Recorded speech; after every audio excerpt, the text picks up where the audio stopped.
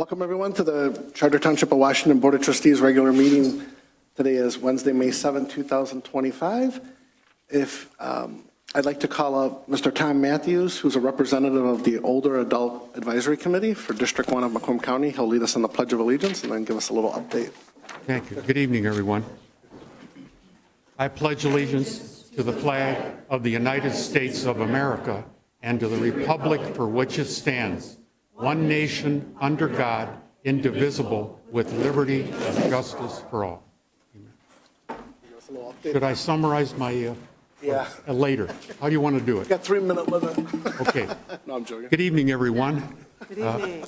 Distinguished members of our Washington Township administration and staff, ladies and gentlemen. In 2023, I was appointed by Commissioner Don Brown to the Older Adults Advisory Committee of Macomb County. Macomb County has 13 districts, and there is a representative on the OAAC for each of those districts, plus 4 at-large members. One of the duties we have is to conduct research by means of forums, conferences, etc., on the trends, needs, and concerns of our older citizens. So in November of last year, I began work with our subcommittee, of which I'm leading. Actually, I began the work earlier, on the subject of social isolation. Now, you should know that the United States Surgeon General has issued a public health advisory of some 82 pages on the subject, and he calls it a public health crisis. It affects not only a person's physical well-being, but their mental well-being. Let me give you some facts. A 29% increase in heart disease, 32% increase in stroke, and a 50% increase in dementia. So my hopes are that we will arrive at a recommendation. On my chair there is my 32-page report, just about ready to go to the BOC, that's the Board of Commissioners, for their consideration. My hopes are that one day we will develop a program to deal with social isolation, as we do for Meals on Wheels, which, by the way, this year is 51 years old. Did you realize that? That's great. And there are other programs. I encourage you to look under MCSS, that's Macomb County Senior Services Organization, for the great work they do. They work for Mr. Hackle. So, again, we're working to achieve some kind of program that we can develop for our seniors. How much time do I got? 10-second warning. Okay, so let me end this way. I'm a member of the Knights of Columbus. I found this passage from the one of our magazines we get. It's from His Holiness the Pope, the late Pope. Here's what he says. Let us pray that the use of new technologies will not replace human relationships.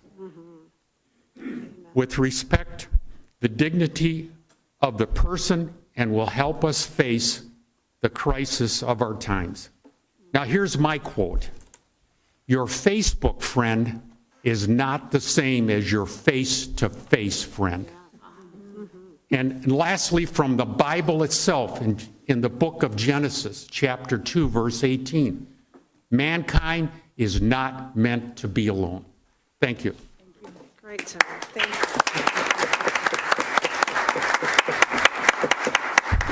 So, Tom, I'd like to present you this proclamation on behalf of the township for all you do for the Older Adult Advisory Committee. So we thank you and God bless you. Okay. Thank you. Remember, what we do for each other, we do for God. You want to take a picture? Smile. Oh, boy. Here, hold it. Don't ruin the camera here. You got a haircut, you're good. Thank you. Thank you all for listening.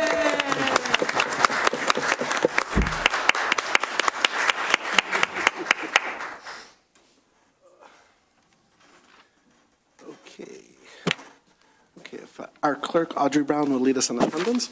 Roll call. Praviti. Present. Nicely. Here. Chaplin. Here. Milam. Here. Stevenson. Here. Reinhold. Here. Brown. Present. Okay, all present. You see before you the agenda. If there's any additions, deletions, or motions. I know we need to add that closed session. Do I just say that? Okay, I don't have to read the whole thing. Say what it is. I didn't get the verbiage on that one today.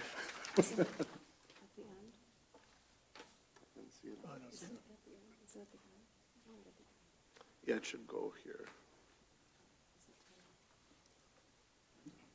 And, no, it would be like number, go between 13 and 14, close up.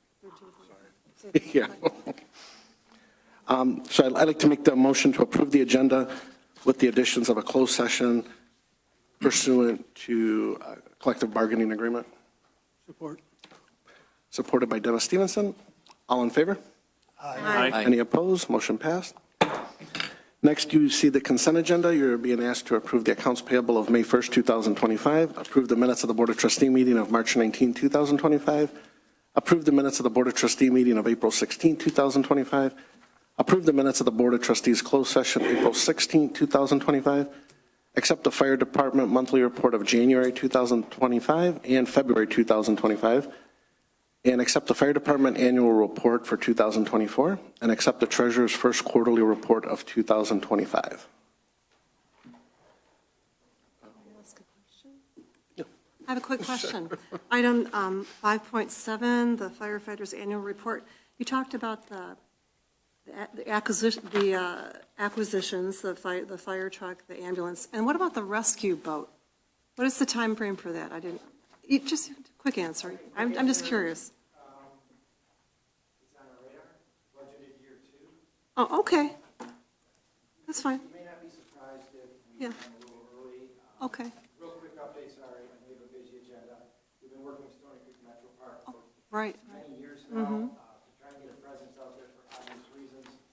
2 years ago, they started a seawall project. Oh, okay. And it just finished, like literally a few weeks ago. Lieutenant called me, and we need to coordinate efforts. We do need a presence on the water out there. Okay. Great. Thank you. Thank you. Okay, thank you. Mhm. Is there any motions? I make a motion to accept the consent agenda as is. Okay. Motion by Brown, seconded by John Chaplin. All in favor? Aye. Any opposed? Motion passed. Move the agenda items. There's none. Comments from the audience on agenda items only. So if you have anything on the agenda you would like to address the board, please come to the podium. You'll have 3 minutes. State your name and address. Again, just on agenda items only, this will be your only time to address the board. At the end of the meeting, you can address the board on anything. Come to the podium.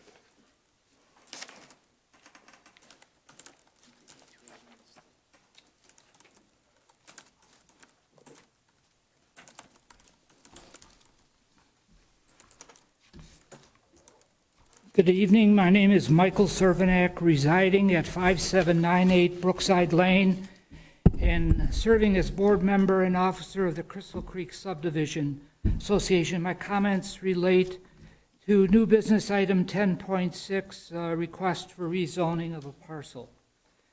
The Crystal Creek residential development consists of 250 R1B zone single-family residential lots and is situated immediately west of the parcel in question under that new business agenda item.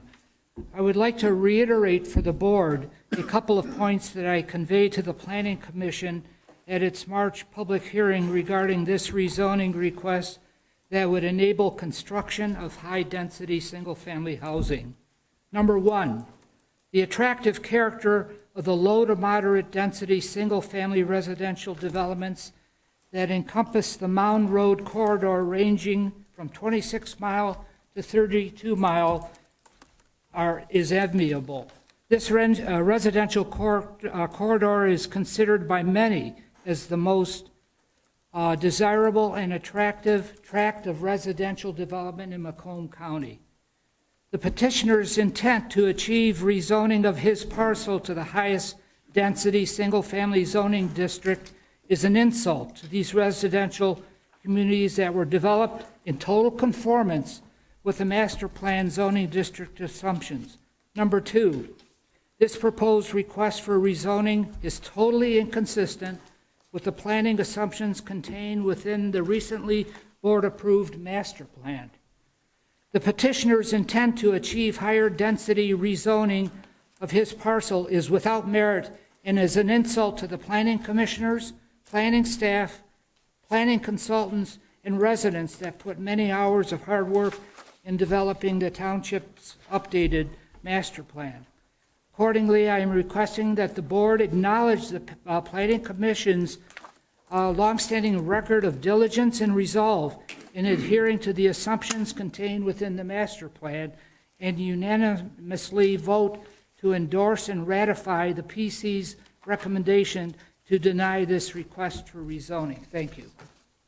Thank you. Anyone else want to address the board? Yeah, when it's your turn.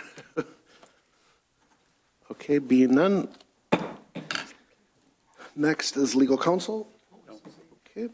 Next is unfinished business, which we have none. So we'll go right into new business. The first item is 10.1, approve the request to award the condition assessment of the Hayes Road force main. For those of you that remembered, we had a sewer break on Hayes Road between 26 and 25, which is actually Macomb Township, but it's our pipe in January. So I had Mike Kozak work on, be proactive to basically get the pipe checked. So I'll let you. Sure. I'll just give a little bit of background. I think I've maybe given this speech to this group. The history of it, yeah. So Washington Township is unique in that you have until we built the wastewater treatment plant, but in general, you have a single outlet for all of your sanitary sewer, and it is not even located in your township. So your connection to the Macomb system is down 3 miles south of the township at 23 and Hayes. We have a pump station located at the southeast corner of the township, basically the northwest corner of 26 and Hayes on the north side there, that was rebuilt back in 2020. That station pumps flow through the force main that we're here to talk about tonight for about 3,000 feet underneath the middle branch of the Clinton River, comes up just below grade to a gravity sewer, and then 2.5 miles that gravity sewer runs down and connects to the Macomb Township system. There's a meter just before that connection that meters all the sewage that leaves your township, and that's how you are billed through the county. That gravity portion, 2.5 miles, when it was constructed in the late 70s as kind of your first sewer in the township, was constructed poorly. We'll say that to say the least. There was a lawsuit that resulted from it. There was awards given to the township, and subsequently repairs made to that sewer. Most recently in 2010, the township lined that sewer, again, the gravity portion only, with a new cast-in-place pipe that essentially creates a brand-new pipe, ignoring everything that's around it, that should last another 50 to 75 years. So that portion's good. No issues there. The 3,000 feet that is north of that is a force main, is a ductile iron pipe, so the same thing that we build our water mains out of, because it is pressurized when the flow leaves the pump station at 26 and Hayes. And that allows that flow to get underneath and go kind of up and down, not just gravity flowing in a single direction. That pipe is difficult to inspect, and that's why we have kind of a specialized treatment here, and that's why back in 2010, we did not inspect that pipe. It was only, at that time, it was about 40 years old. Ductile iron should have plenty of useful life at that point, so that pipe was left in place. As Sam indicated, that is the one that failed earlier this year. Fortunately, in a location that was close to the drain, we don't ever want to push sanitary sewer flow into a water body, a natural water course, or a lake, or any kind of body of water, but it is preferable to people's basements and people's front yards and the like. Accordingly, the repair has been made, but it was a significant expense to fix that. It was a pretty big disturbance to the road and to the residents and to people in Macomb Township and Shelby Township and Washington Township. So we sought out proposals to do a condition assessment. Pure Technology, which is a division of Xylem, which is a larger multinational company, they do a lot of work for the Great Lakes Water Authority, inspecting large diameter water mains. They have two primary technologies. One is the smart ball that will be used in this situation. The other one is a pipe diver that is a larger device that can go through the pipe and do even greater mapping of the inside of that pipe. Unfortunately, because of the size of the pipe that we have here and the ability to enter into this pipe, we can only use the smart ball, or else we would have to shut down your system, install a bypass, and do a lot more costly work. So this proposal is to have them come in, do a full condition assessment of that pipe, provide us with a report and recommendation. The pipe stays in service the entire time. The station, we may have to throttle back some pumps to just slow down the flow when we actually push this measuring ball through. But we have an entry point that is existing that was actually upgraded when we rebuilt the station. They'll coordinate all their work with DPW, and at the end, we'll have an idea of any leaks that were detected in that pipe, anything pinhole or larger, as well as any gas pockets, which is really important in a sanitary sewer. A lot of hydrogen sulfide gas forms when you're pumping sewage. And if there are small pockets, and that's most likely what happened in this situation, a pocket of gas sat at a location, slowly eats away at that ductile iron pipe and caused a blowout at the bottom of the pipe. So certainly there's a potential that we could find other locations for that, and we want to do that as soon as possible so we can make those repairs or come up with another solution to address anything we find.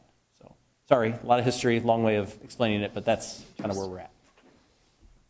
Is that the only length of pipe that we have in danger of bursting like they did before, or are there other ones that we need to start concentrating on?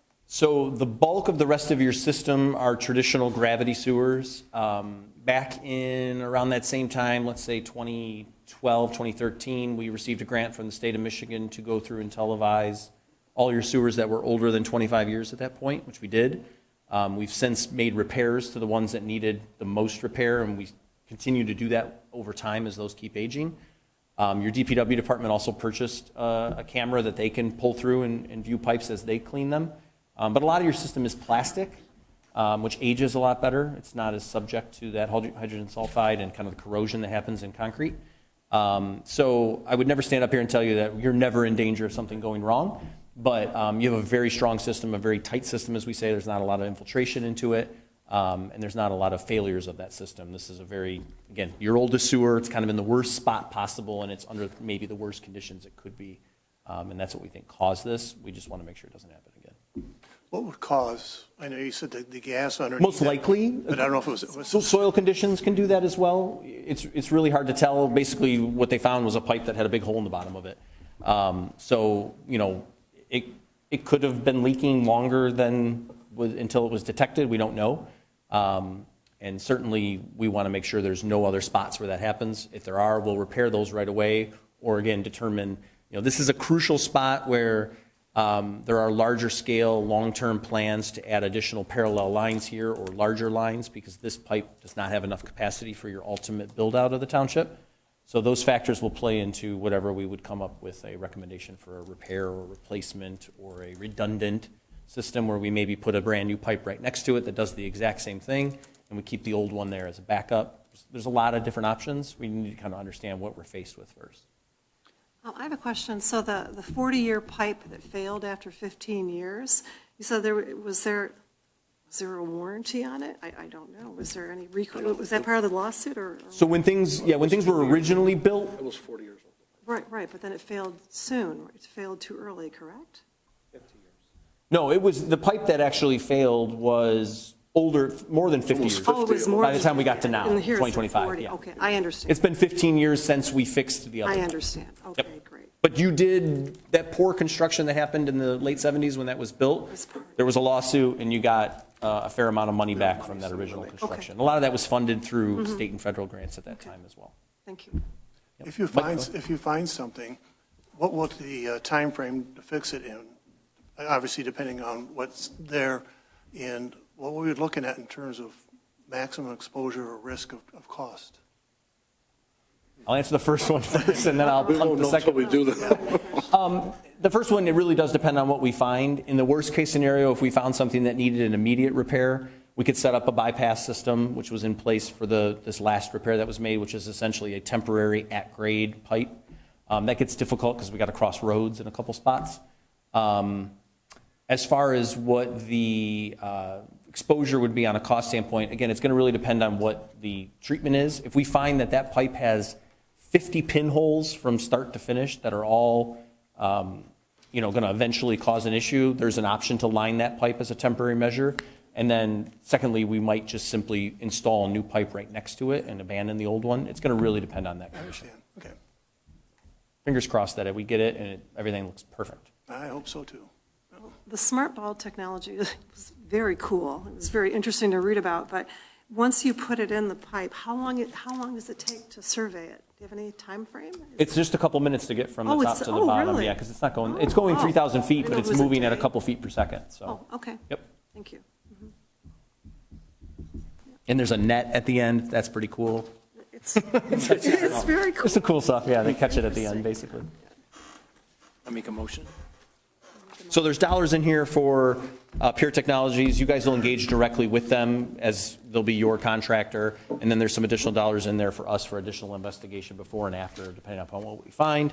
And hopefully we come back to you and say, hey, everything's great, and we should look at this thing every 5 to 10 years again and make sure it's going well. But we don't know that until we check it.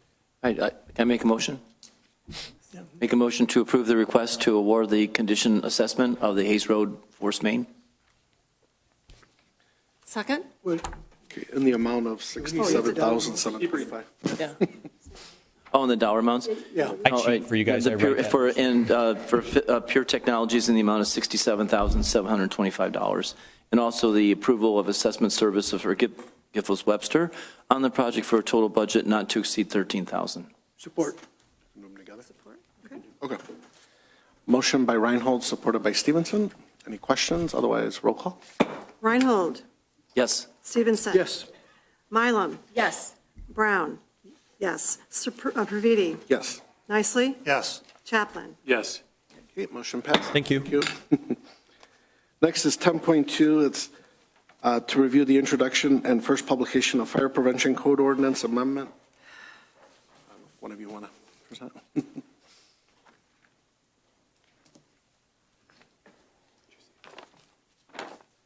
Good evening, everybody. Rob Schmelzer, Fire Marshal, Deputy Chief. What we're trying to do is move our fire code into the 2021 IFC code. The Michigan Building Code changed to the 2021. We have to do the same thing in order to update our code so they coincide whenever we go into building plans. So I sent this to Christine Anderson. She's the one who did it 8 years ago whenever we updated it to 2015. She did it, and we're trying to accept it. This will be the first publication. I believe 2 weeks later, you have to send it back out, and then it gets republished again. How's that going to affect the two buildings that we want to put up? Well, it could affect it somehow. I'm not going to lie to you. But it has more to do with the building code than it has to do with the fire code.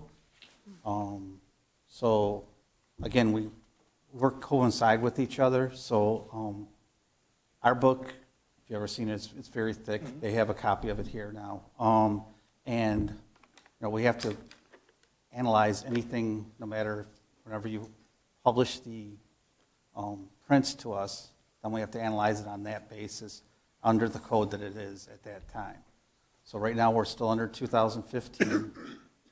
I have not seen any plans for the ones that you're talking about as of right now, so if they don't come in before then they get analyzed on the 2021. Okay, then motion to approve the introduction and first publication of the Fire Prevention Code Ordinance Amendment. Second. Okay. Motion by Chaplin, seconded by Brown. No questions? Roll call. Chaplin, Yes. Brown, yes. Praviti, Yes. Nicely, Yes. Stevenson. Yes. Mylum, Yes. Reinhold. Yes. Okay. Motion passed. Okay, next is 10.3. It's a paving variance request for total safe space storage located at 61400 Van Dyke. Before we begin, I've been advised by legal counsel that I'm requesting the board to please recuse myself from both discussion and vote on this to avoid any appearance of impropriety or conflict of interest. The main principle here is in a lawsuit with a family member of mine, so I'd like to recuse myself. So if someone could make a motion and approve. Motion to allow the supervisor to recuse. Support. Okay, roll call, all in favor? Aye. Aye. Any opposed? Okay, motion passed.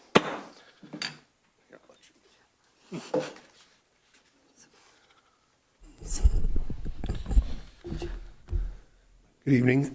James Sarconi, 7191 West Frampton, Washington, 48095. I'm appearing this evening as counsel for the applicant.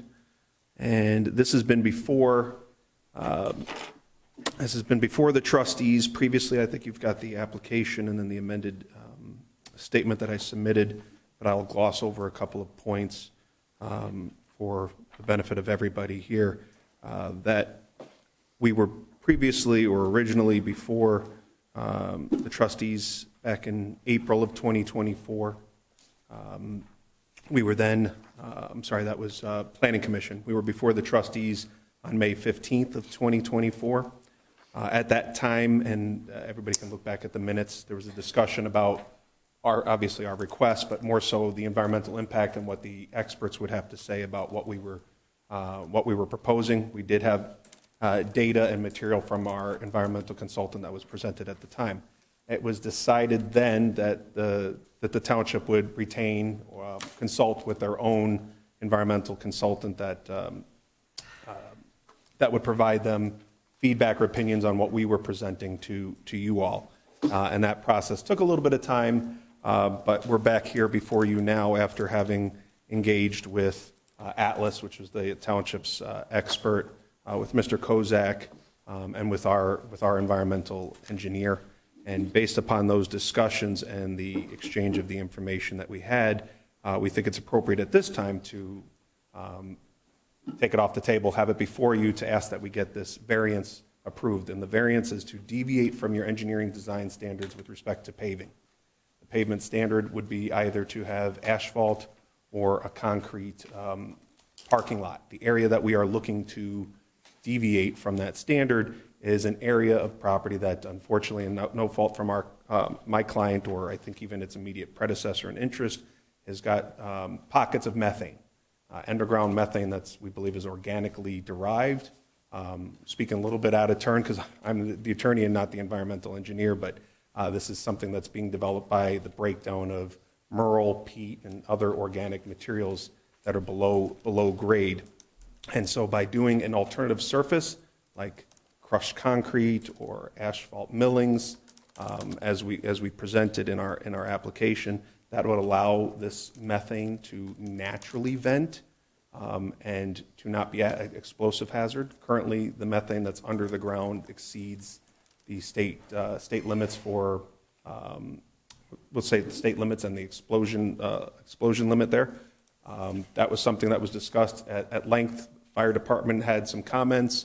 I think those are more reserved for the building part of, and when it comes to the buildings that are going to go on the western portion of the property. But the point I'm making is we're addressing all of those. There is a due care plan that's already drafted when it comes to when we'll be back with planning in the building department for the actual construction of the buildings.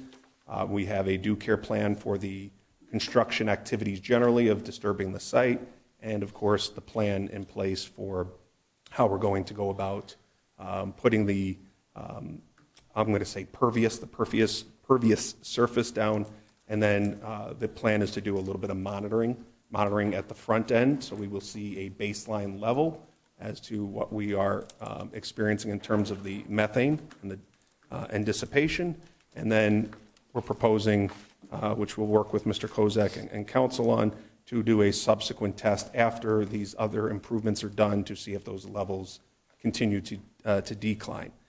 There's some evidence or there's some anecdotal evidence that they can actually go up temporarily, which is because you're creating a preferential pathway for the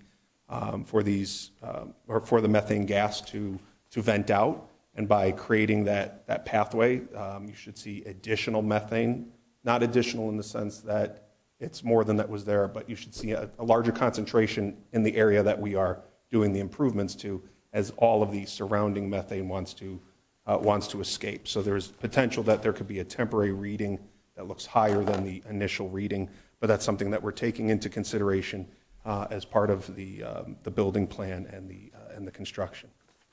So as I laid out in the application, I think we've met the requirements. That wasn't, in my opinion, that wasn't anything that was really questioned by previous trustees or the board as much as strictly the environmental questions seemed to be what was, I think, on the top of everybody's minds. So unless anybody wants me to get into any specific, standard in terms of necessity, uniqueness of the property, why we need this variance, I'm happy to field any questions specific to what brought us back here today.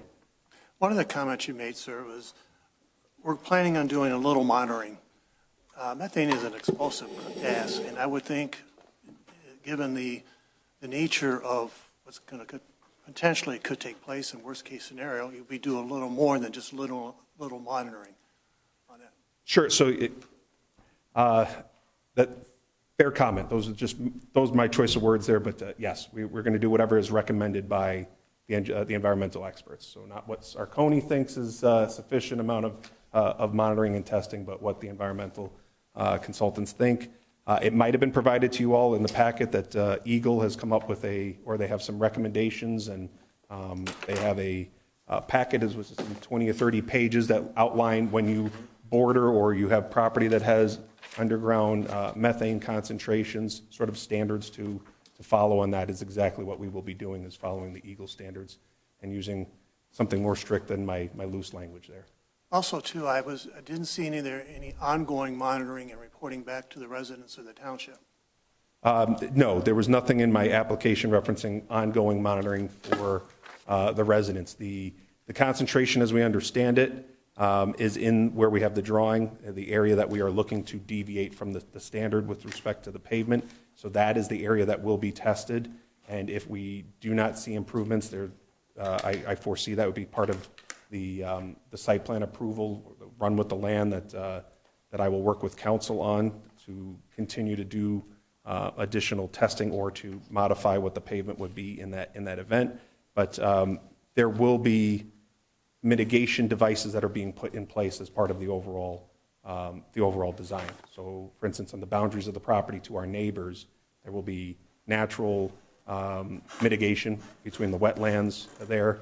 The fencing is going to have certain pipes, and it's out of my wheelhouse, but how they're going to be installed, we'll have, they call it like a whirly bird on the top that'll allow venting. So we're going to be venting at the boundaries of the property. We'll be venting naturally by, we'll call it the organic scrubber being the wetlands. And then, of course, we're going to be venting with the millings or crushed concrete surface. One of the things I was reading in here, the testing also found methane, arsenic, magnesium, and other contaminants. When you start moving that soil around and you got the wetlands back there, you already mentioned that you're going to see an increase of the methane once you start moving it around. What's going to happen to those wetlands back there? So there's a potential for seeing an increase in concentration in particular pockets, depending on preferential pathways being created. But the wetlands should not be disturbed as part of our building process, and we're not seeking to do that. We will not be encroaching upon the wetlands to make any modifications to them or otherwise impact them. Those elements that are down on the ground, with the exception of methane, as I understand it, those, and I do have my environmental engineer here, those are only going to be impacted if you actually pick them up, you dig them up and you move them. I forgot one of the ones you mentioned, but if it's manganese, it's not venting, it's not moving. It's the methane will. And methane's not going to be harmful if it's naturally venting into the air or into, we'll call it groundwater of sorts that's contained within our property. But we do not think, and we don't foresee that there'd be any issue from what we've put forth that we'd have any concern with the wetlands. We will be working with Eagle on the wetlands anyway. There will be a natural buffer between the improvements and the wetlands, and we're not going to disturb that. So how long has you or your client had this property? So we have had this property, I've been here for a while, so I'm trying to remember. My guess would be that we've had this, I shouldn't say guess, if I recall correctly, between 22 and 23. I think it's 2022 that it was purchased. So it was prior to 2022 at some point. It was a golf range. Right. Prior to that, it's the history of what it was or what it wasn't. It could have been a dumping ground. It was logged, it was timbered, it was used for fill. But prior to 2022, for probably a decade, it was a golf range. And during the time that you and your client have had the property, have you done anything to improve it as far as for the methane gas? So it's venting naturally. That's it. I mean, I think that was in Atlas's report that the grass as it sits there is venting the methane. Until we came up with a plan for how we were going to develop it, there wasn't anything specific that we could be, I think, doing. I mean, short of putting some giant pipe in the ground and inviting it to seep out through that pipe. And I don't know where I read this, but I thought there was some thing that you would, a suggestion for berms or something. Was there any suggestion that you do something like that to help mitigate this problem? So there are going to be berms on the property. That I'm looking to see if that drawing is part of the package. So that went through Planning Commission. A part of the design involves us scraping certain material, and there will be 2 berms that are on the western side of the property. They will be east of the buildings that are going up, but west of this parking area where the methane is expected to be. So those berms will be helping compress the soil, compress that condition. Like I said, I'm a little out of my field on that, but if I understand from Pete Snyder's presentation that he previously made, that it's going to take several years for those mounds to compress and compact that, which has nothing to do with the methane. I think it's other contaminants. It's to go forward with your overall project. Correct. So my question is, why haven't you guys at least got that part going in like a good faith, get your berms going, get that kind of thing going prior to? So the berms, I'm sorry, continue. Then you would be able to, we could have shaved 24 months off of your wait time right now already. So as I understand it, the material for those berms is going to be coming from this area that we are talking about today, and whether or not we can do certain things which would require pulling a permit. So we wanted to get our site plan. It's just a matter of getting our site plan approved to see if we're going to be able to make a constructive not the word, a productive improvement of this property from being a vacant field. So we've wanted to proceed in earnest, but as I understand, this was a pretty critical part of trying to figure out where we'll be moving scraping property from, whether or not the dirt can stay there, because if we don't get site plan approval, I've just put 2 berms out there that I perhaps have to remove because I'm not going to be able to, and I say the applicant won't be able to develop and build the buildings.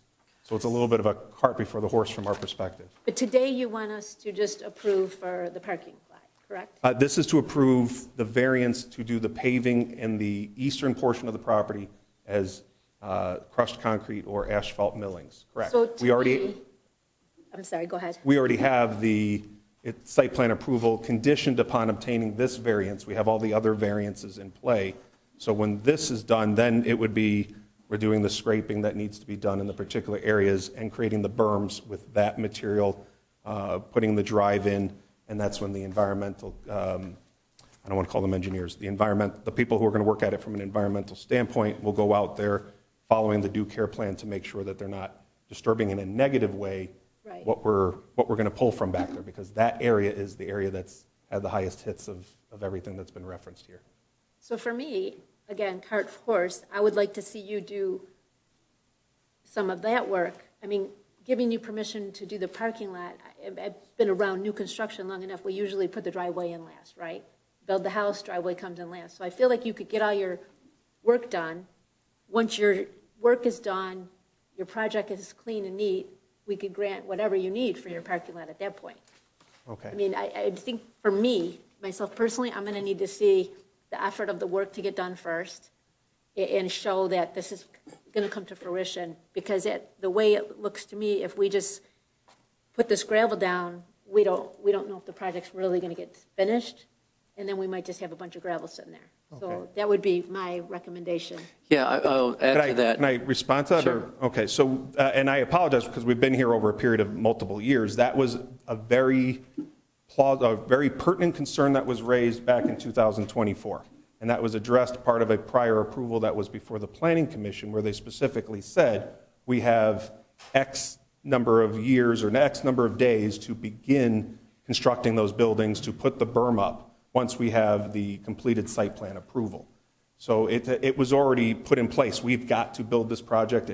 All these requirements are running with the land that if these approvals are done, the contingent site plan approval, we have to start construction on the building. We have to start construction on the westerly parking lot. We have to put the berms up. It is in there with those time Like I'm constraints. saying, though, you haven't done any of it yet.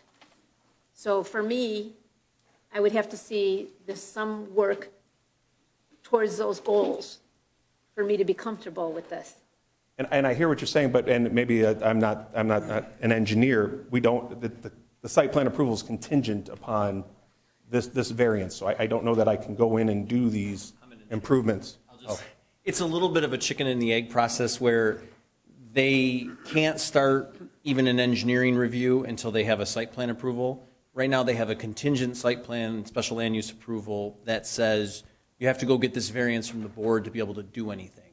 So they can't move an ounce of dirt on the site right now from an engineering standpoint because they don't have engineering approval, because they don't have their final site plan approval. They can't get that site plan approval without a decision on this variance, essentially. So, and then as he indicated, the Planning Commission's approval is a phased approach that says you're going to build this outdoor storage first, you're going to store material in your building footprints to help compress that material so it can be buildable, and then within 5 years, you're going to build those buildings. So I'm going to ask that the petitioner, from my standpoint, will come back to us with a solvable problem, how you could make this work where I'm more comfortable, because right now, I'm not comfortable doing it that way, so I'm sure even our attorney could give you the proper language that would make it more airtight for us, because this, like, chicken-egg thing doesn't seem to work good for us right now. I'm a little nervous about. So, I say, I've done my due diligence on this. I understand the condition of the property and everything you need to do.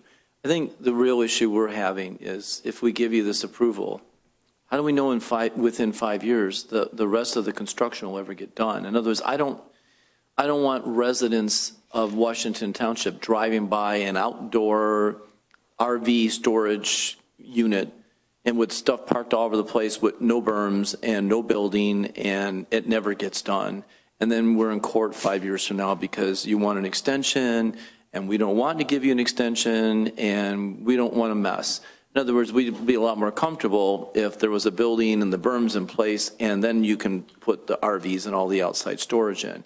You want to do it the other way around. You want to put the storage out first, and then on good faith, within 5 years, you're going to develop the rest of it. And that seems to me we may have a lot of feedback from residents that are going to look at this and say, "This is, what did you guys do here?" You're right. We really want the berms and the building in place before all the storage goes in. So how do we get that done?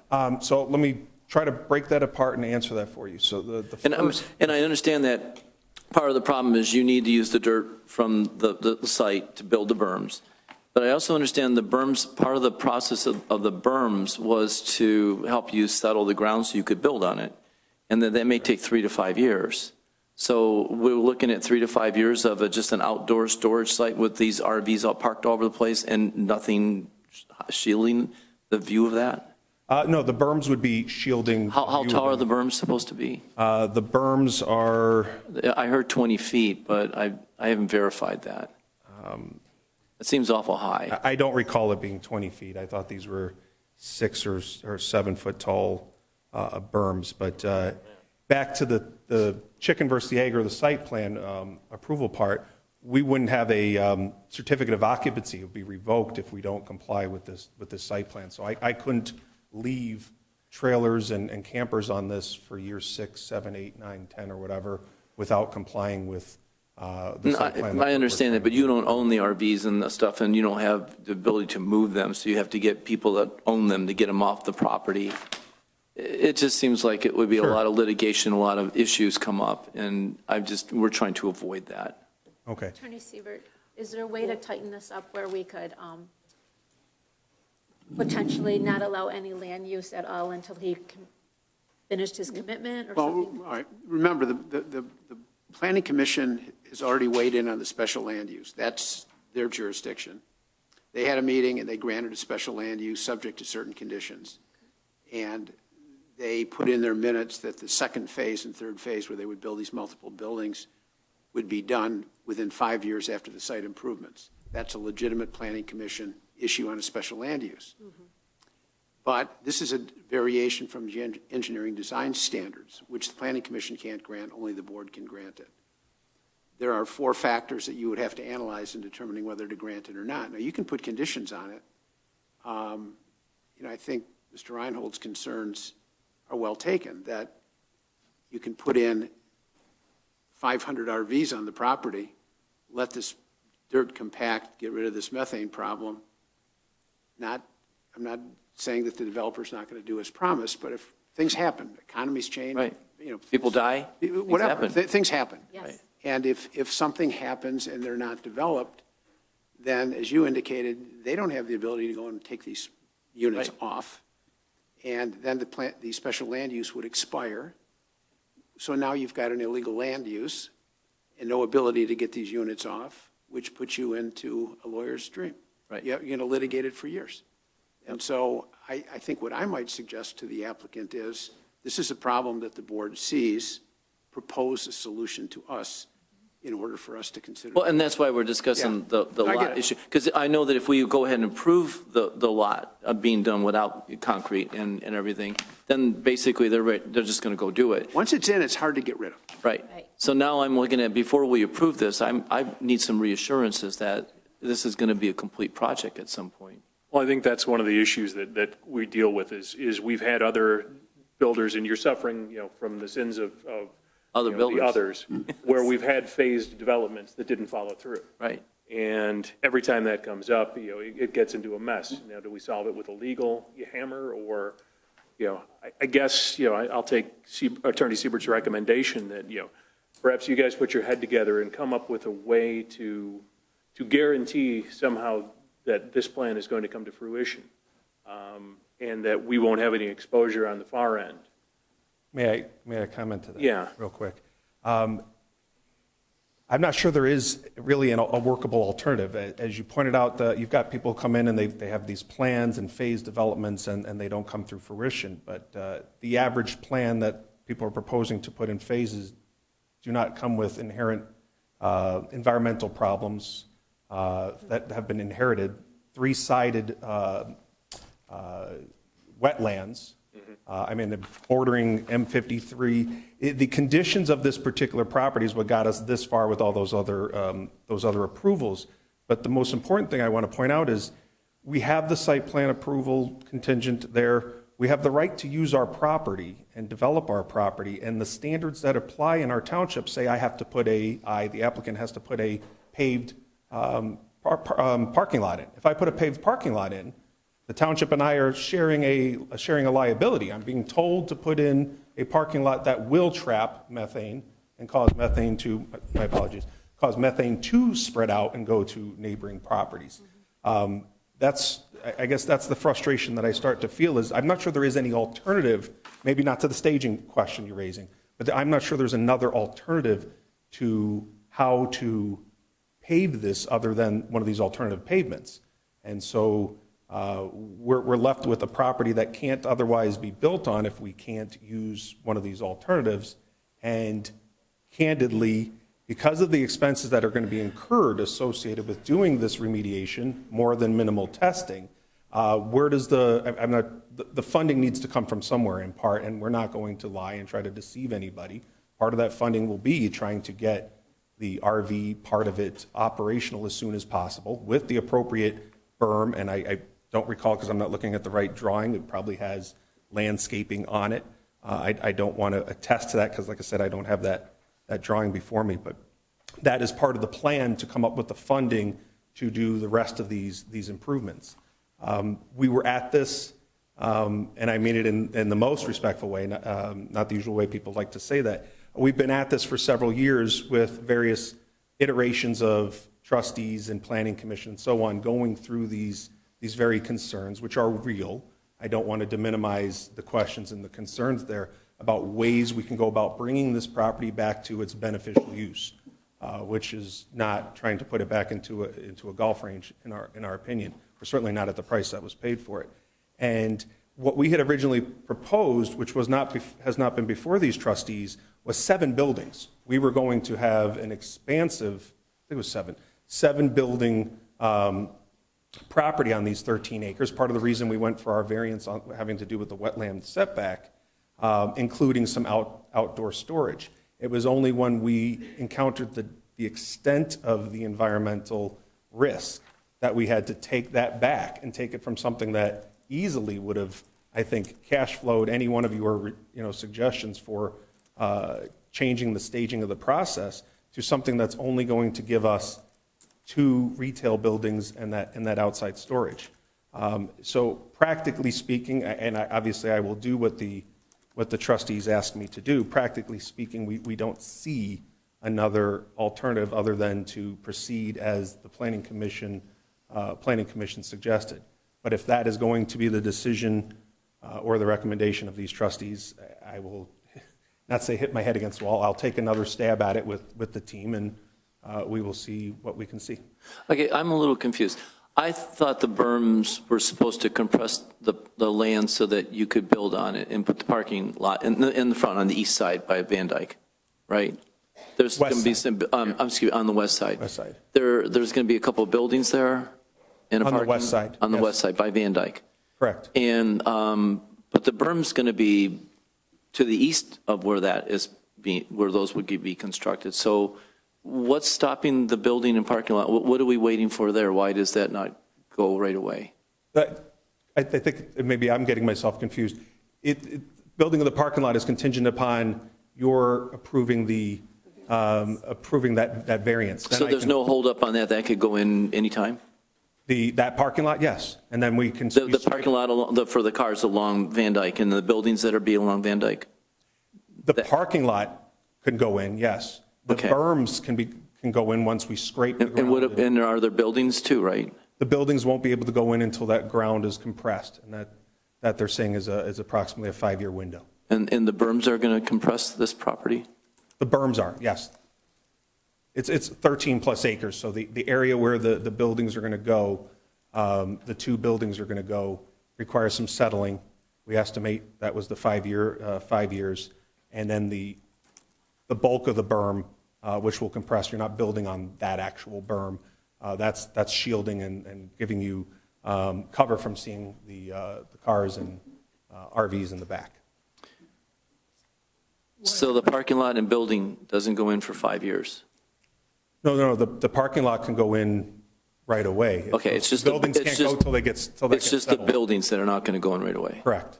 Okay, just wanted to be clear. Is there a reason why we didn't start a year or 2 ago compressing that property in front? So it'd be quicker to get those buildings in instead of waiting now 5 more years? Sure. So it comes back to, from an engineering standpoint, I'm going to defer to Mr. Kozak, who said that we weren't in a position that we were allowed to make those moves until we got certain approvals. And so we don't have all of those approvals just yet. This is, I'll call it not the last one, because obviously we've got to come back in and ask for permits to do the things that we're going to, what we're going to build that's on that site plan. But this is our last piece of the site plan approval. Did your client know that there was methane on that property before he bought it? No, no. Did he do a due diligence? We did do, after closing, within the 45-day window, we did do some studies and found the methane. We found buried washer and dryer. I mean, just some random dumping of stuff in there. It's in the initial report, some of the extraneous craziness that was found there. But yes, we have a BEA in place with the state. For me, I'm just not comfortable right now. Well, I have a comment as well. I read all the documents, and I know you have the right to use your property, and you're in a tough situation. I understand that. And I read the recommendation from Engineer Kozak, and the language is good. However, it says also towards the end of page 119, his motion, the further contingent on the applicant agreeing to install an acceptable methane mitigation system throughout the site should methane levels be found to increase in the post-construction testing. Okay, I understand that. However, I would be more comfortable, I really like what McDowell and Associates provided to you. With their recommendations, they're more, I feel like the recommendation in that language from Engineer Kozak is a little vague. And I like there's more details in this document on page 126 talking about if the concentrations are higher than a contingency plan would kick in, that could be removing the gravel and returning the site to how it was, installing a venting system or something else. And they're also talking about the testing that Treasurer nicely talked about, how the testing should be done and how often and at what atmospheric conditions. I like the language of these two paragraphs. It's more specific to saying an acceptable mitigation system, because what does that mean? That could mean anything. We don't even know what we're approving. That's where I'm coming from. Totally agree. The intent, and I did speak with Bob about this prior to the meeting, was that there would be some sort of formal agreement executed between the township and the applicant that would define exactly what you're saying. So that basically the board says, we're okay with the material change that's being requested. Go work out the details and put it on paper of exactly what the process is going to be with those engineering details that you're referencing. So I write my letters with that motion in mind, like I talked about earlier, but this is intended to just get it to that step where, and then either that agreement comes back for execution or whatever, but there's something very clear on paper that says this is what's going to happen if A happens or B happens or C happens. Because there is the environmental nature of this, it's not a perfect 1 + 1 = 2 always. It's a little 1 + A is sometimes D. So we just have to be cognizant of that, and I think just give a little bit of flexibility, but you can definitely determine, what those terms look like. But if we make a motion, for example, to approve your language for that variance, it's, in my opinion, it's still too vague. I couldn't even approve that motion because it's too vague. Too vague. Well, and I think it would say, No? come back with an agreement that's approvable by either this board or someone to say that it's satisfying those. Let me suggest That was that, the intent. let me suggest that the better way to do it Okay. is to have an agreement drafted that the board can look at before you vote on the variance. Voting on a variance, subject to bringing it back, is a bad way to do business. Okay. The better way to do it is to see it in black and white, see what you're voting on, see what the developer is going to commit to, and then see whether or not you're satisfied that they have put in adequate protections to address the issues that you've raised. But don't do it the other way around. That doesn't work well that way. Okay. So maybe what you want to do is you want to have maybe a delay of decision, have the engineers and maybe, I don't know, this is up to you, 1 or 2 board members, and maybe I can get involved in Mr. Sarconi and sit down and go through it and see, in a more informal setting and talk through it a little bit and see what they're willing to put on paper. I guess one of the things I'm concerned about is that you could pave it, but you'd have to put in a probably a system that would run almost $1 million to vent the, that would be insane. But what if we excavate this area and put all this stone or gravel or whatever we're going to put down and the levels are too high and you end up having to put in an expensive system like that? Where are we then? We just got this thing that's half done and. Right. And at the end of the day, unfortunately, we can't be responsible for land that you purchased that is a garbage dump, unfortunately, or gas they're gonna use that for the underneath or what berm. have you. I mean, I did look at the financials where you're into it at, and it's still a great price point if it was valid, good land. So I don't know if your person thought, oh, this is a great deal, I'm going to buy this piece of land, or how it came to fruition. I apologize for that. I apologize if the other boards didn't find it such an issue. But for me, right now, I don't believe we have a proposal that meets our standards of what we want that corridor to look like. So you'd be willing then to sit down with us, talk this through a little bit more to see what we can hammer out in the way of an agreement that meets everybody's needs? Yeah, Crazy not to. Okay, then. I think I'd we like should to shelve this and have a. Make a motion to table pending the discussion between, I don't want to say no, but I don't want to say yes today until we have a little bit better rather understanding. than, I prefer you kick than say no. Okay, all right. Support. So can you read the motion? What is it going to look like? What is it going to look like? We're going to table, okay. motion to table this pending discussion between our attorney and the developer's attorney on an agreement to solve the questions that we still have open regarding this I know Include that's, the engineers as well, for sure. yeah, including engineers and necessary township personnel, Support? all that good legal stuff. No, you're good. Roll call? Okay, 1 second. Motion by Chaplin, support Stevenson? Okay. It's a long motion. I'll watch the tape. I'll watch the video. Okay. Chaplin, Yes. Stevenson. Yes. Praviti. Oh, excuse me, I crossed your, excuse me, pardon me. Brown, yes. Nicely. Yes. Mylum, Yes. Reinhold. Yes. I think Sam would agree. Motion passes. Thank you. Thank you. Thank you, thank you. It's a tough. Thank you. Next is 10.4. We have the Washington, Bruce, and Romeo Parks and Recreation and Star Transportation Commission request, approval of appointments and terms to the board. As you'll see in the board packet, we have 3 current commission members. They all requested interest to stay on, which we appreciate. They've done a lot of work over the last couple of years. I appreciate all they've done. I did post it out there just to the public. I didn't really receive anyone interested as well to serve, so they're doing such a great job that the public didn't put in to go against them. I did request to put Dennis Stevenson as an alternate to replace the former trustee that was an alternate. That's going to kill it. And I did have to pick terms. So I assigned a 3-year, a 2-year, and a 1-year term. So basically every year someone will be up for renewal on the commission. So we have Amanda Bowers, Michelle Demsky, and Kim Duda. Kim Duda is the treasurer of the Parks and Rec.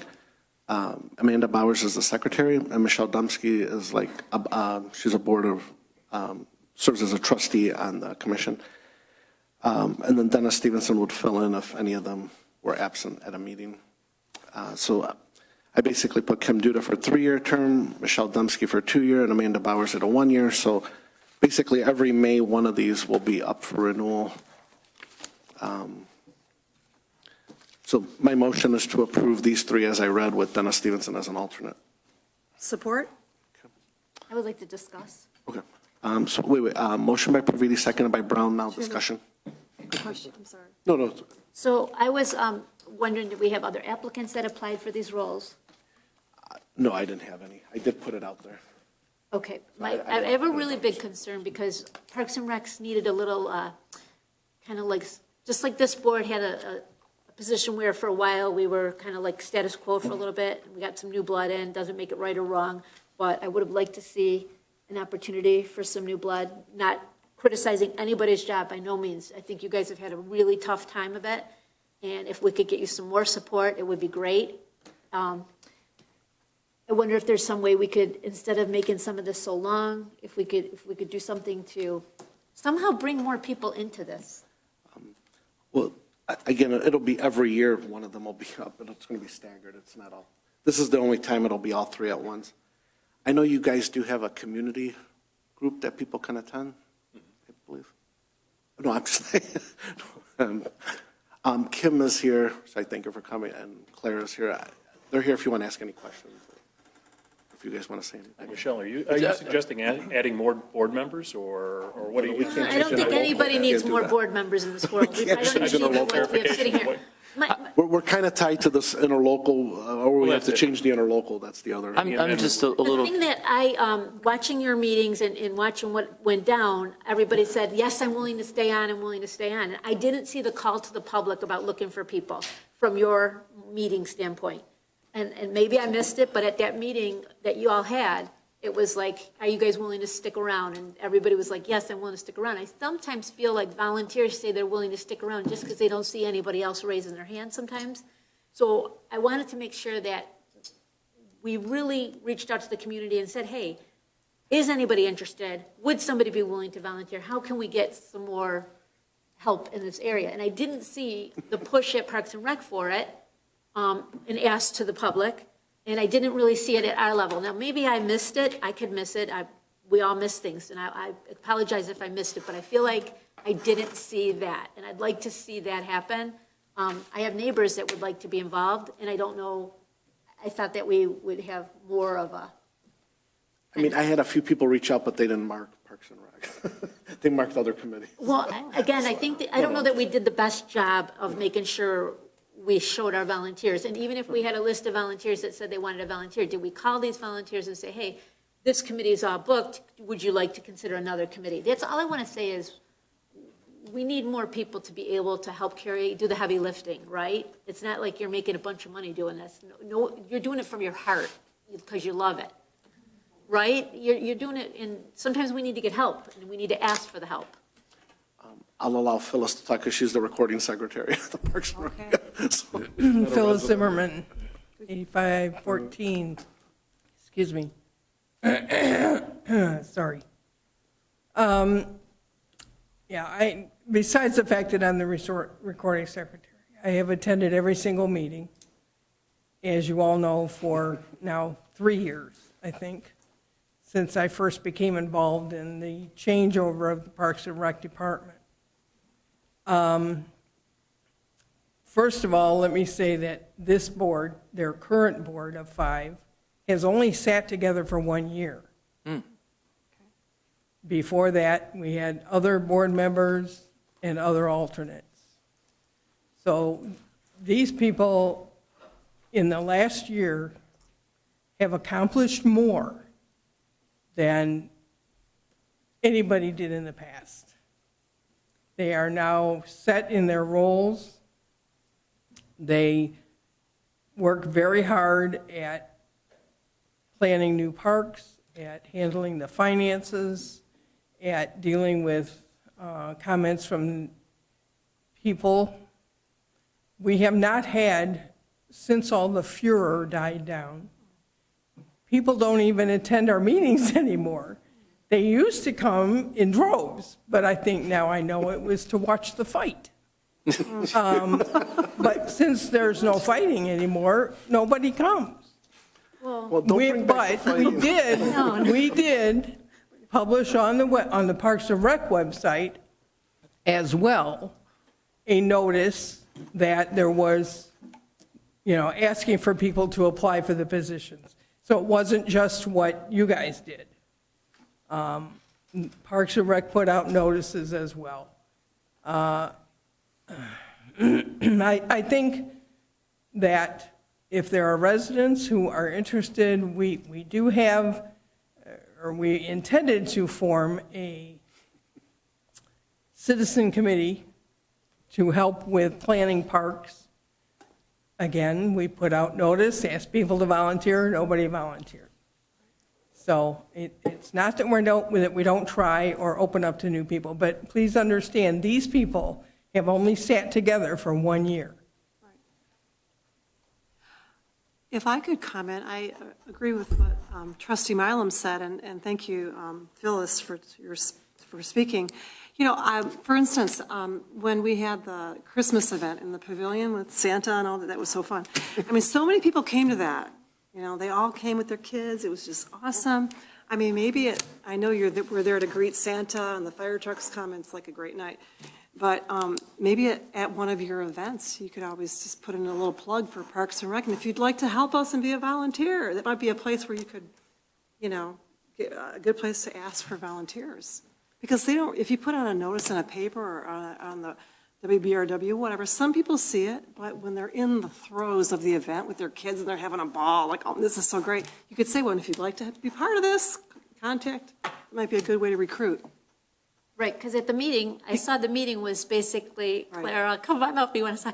At the meeting, it was just like everybody agreed to do it. Well, then you kind of look like you're taking somebody's job if you say you're going to do it, whatever.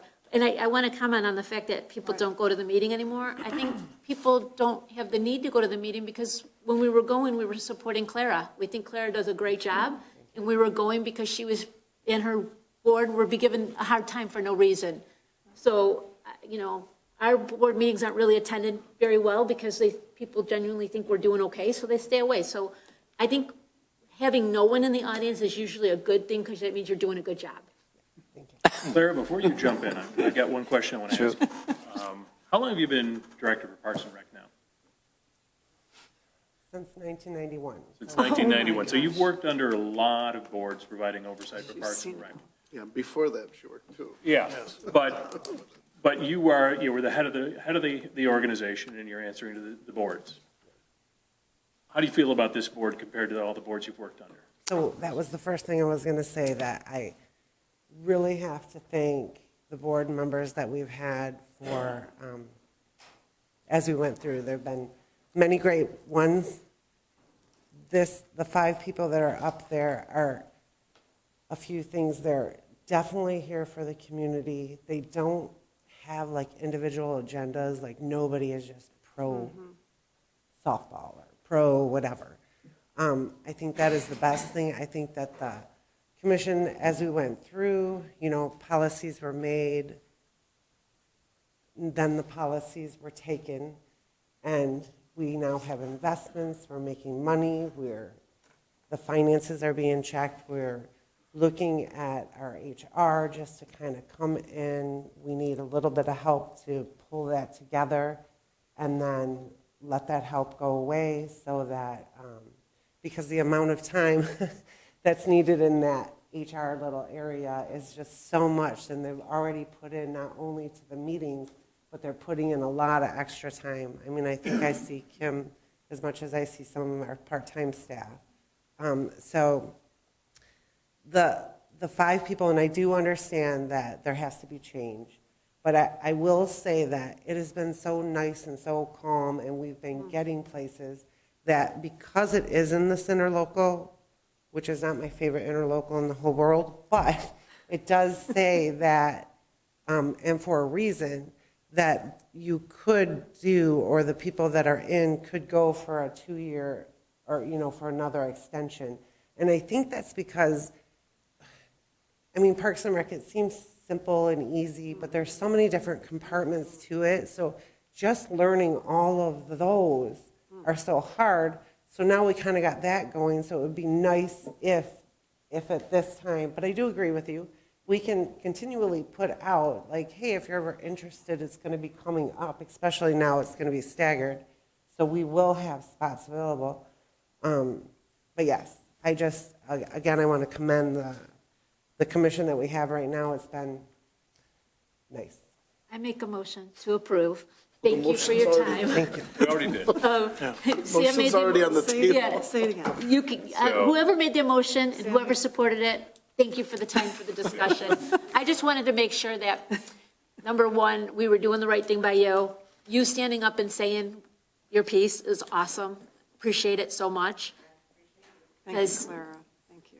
you know, It's that- been a breath of fresh air not having to worry about the Parks and Rec stuff every meeting for the past, 4 years. I didn't want you to be a victim sitting there in us doing this to you and you not having any say and being forced. So the fact that you say, hey, we found our footing, we got our groove going and we like it, that means tons. And, I just want you to be happy and in your lane. You're doing a great job, but I just wanted to give you the voice to say time out if need be.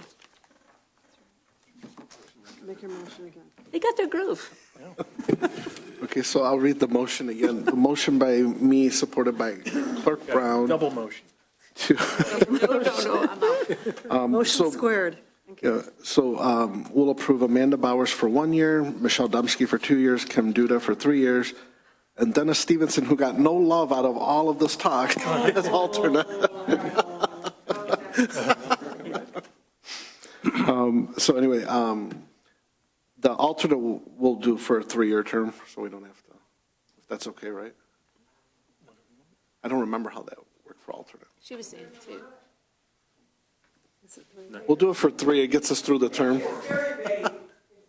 Okay, we'll go with the vague. We'll go with the, 3 years? Are you good? we're putting Dennis on 3. We'll take it, okay? Did you want to negotiate that, Dennis?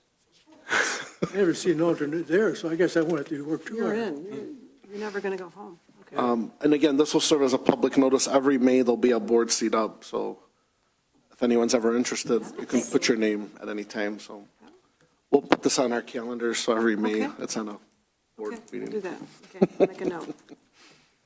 And, Noted. okay, roll call. Praviti. Oh, we got Tom Math. Well, Non-agenda? What? Can you stop it? He's going to say something. Okay, first of all, I want to thank you, Sam, and everyone for that proclamation. I totally did not expect it, and I was honestly overwhelmed. Okay, but I want to share with you 2 examples of real people in this community that have suffered and are suffering with social isolation. In February of last year, I was in a restaurant in northern Macomb. I won't tell you the name of it. And I like people. I like to talk to people. Lady sitting in the booth next to me, about my age, late 70s. Here's what she told me. I'll put it in quotes. I have no one in the largest country, the wealthiest country on the planet. To hear that is almost inexcusable. Secondly, Becky Hopp works for you, wonderful lady. And I meet with her almost every day when I see her. She's our supervisor in the senior center. About a month and a half ago, she knows that I'm working in this for our seniors. She came to me, she said, a lady came over from that medical building next door. She was confused and needed help. She had trouble with billing or something. And she came to Becky, she said, I came here because I had no one to help me. Now, I don't know about you, but that gets my dander up, and I'm going to do something about this.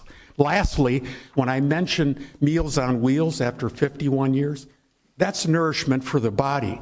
Who's to say that we shouldn't have nourishment for the mind, the heart, and the spirit? After all, which one is really more important?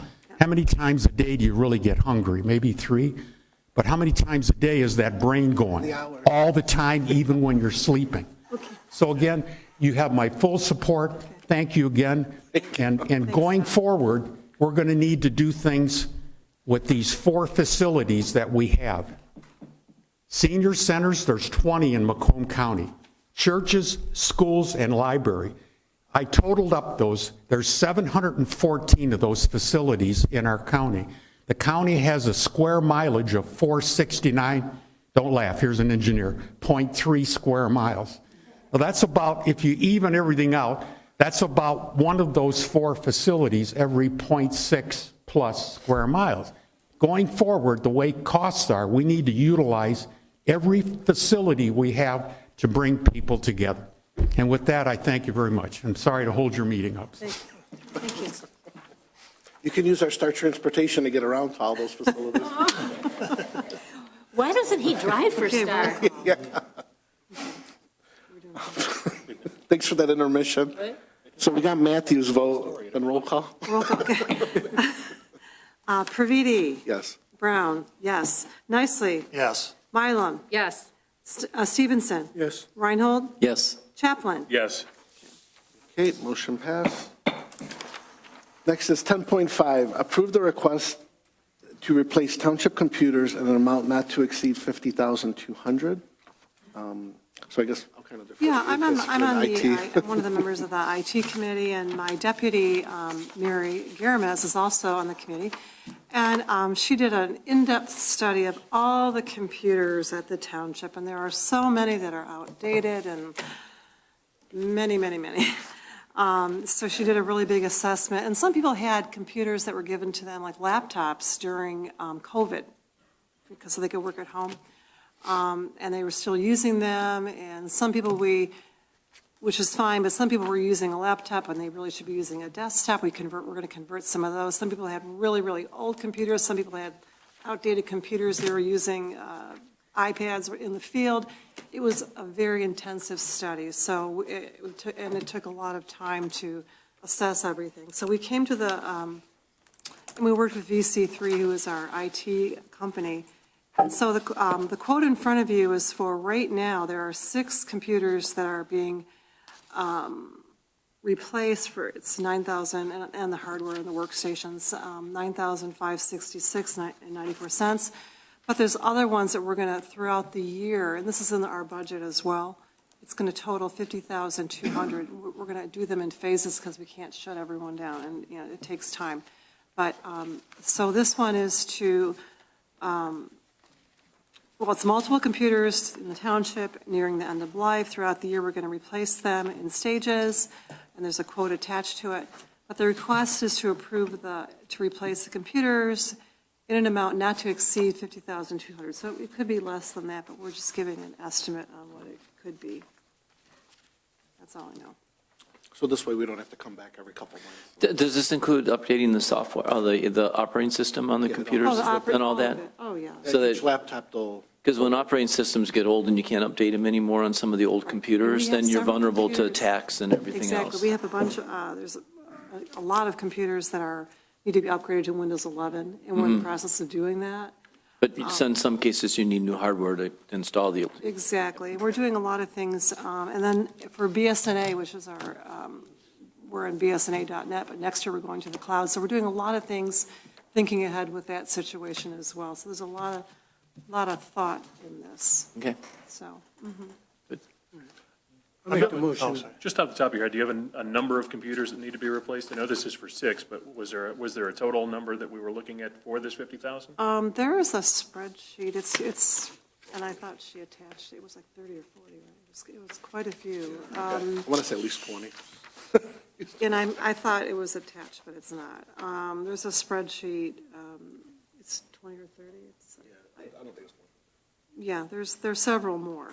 Well, the But price is, well, John, you're on the committee as well, and there's a lot of outdated, as you said, John said at our last IT meeting that some of the IT issues we're having internally is because we are a growing community, and we have software that was installed and all different times, and there's little fixes to them and upgrades, and we're trying to piece it all together. So it's, we're only replacing what really has to be done. We're not just, let's buy a running computer. It's not. the price they have in there for the 6 they're doing seems reasonable. Right. So I'm Yeah. assuming the whole. Yeah, I'm assuming thing- it all tracks. Yeah. I was just wondering if there was a number. I didn't see how many it was for, so I was just wondering. We can make the motion that the IT committee reviews the 50,000 spot. So you guys Well, keep track. yeah, I mean, you're doing it anyway. right. Or is that not? Okay, I don't know. We just thought I was it's just better than curious. coming every 2 months asking for 9,000. So you need a motion for, I started that motion. I got one. I'm really not comfortable with VC3 at all. Having a bid, or having a current supplier bid on equipment that's already needed. I think our purchasing policy also requires that we need 3 bids to make sure that everything is fair and even, outside any specialized bids that lack vendors like police or fire departments. The Treasury just had theirs done 2 years ago, so if the extensive study was just done, we just had ours replaced 2 years ago. We don't need new ones right now. They upgraded them to the best that they could at the time, and it was the top-notch based upon what they recommended. But I think we should go out for additional bids without VC3 in there and stick to the purchasing policy that we have in place. My understanding, we're not writing a blank check here, right? We're just approving that much money to be used for new equipment Over the year. and software over the next year. so I'm, Treasurer Nices, are you, so you are, well, VC3 is our current provider, so you want to get bids from To replace that, from VC3? VC3 and 2 other vendors? I think if VC3 gives us a bid of 50,000, maybe somebody's going to come and bid at 40,000, or somebody's going to come in at 45,000. We are relying on a current vendor who's supplying us current computers. Right. I think that it's just, it's not a good mixture. It's like, well, it's like accounting trying to work with Treasury, and we got to keep it separated. I think we need to find a separate bidder for this and get the actual numbers that we need. As I said, Treasury just had theirs done 2 years ago. There's no reason why we need all of them replaced. Okay, I'm not understanding it completely, but maybe maybe you can clear this up for me. VC is our current vendor. Yes. VC3. We bid them out against other people in the past to hire them, right? For IT. So what you're suggesting we do is get quotes to replace VC3 and then have whoever we replace them with look at our computer programs No, and no, see no. what they want to? I'm confused. There are current vendors, so why are we looking at other vendors? Use two other vendors to bid out the To bid out. computers, not the services itself. I guess what I'm looking for is clarification on what our purchasing policy is. If we have a vendor for the township that supplies us with IT services and equipment that we've bid out. Unless we're going to replace them, why, yeah. Well, that's what I'm wondering. It's like, is it normal procedure then to take a technology buy like this out to bid when we already have an in-house vendor? Because I don't understand what our policy says on that. I've never read the details of it, so. So why did we bid out VC3 against other competition and then hire them to do this and then say, okay, now that you want to do it, now we're going to bid it out again? That's what I don't understand.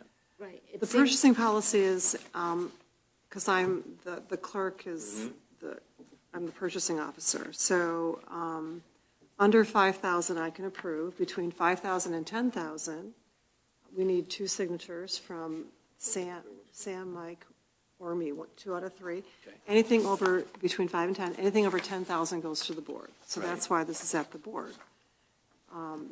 But as far as putting out to bid for vendors, we are able to do that, but that wasn't what this motion is.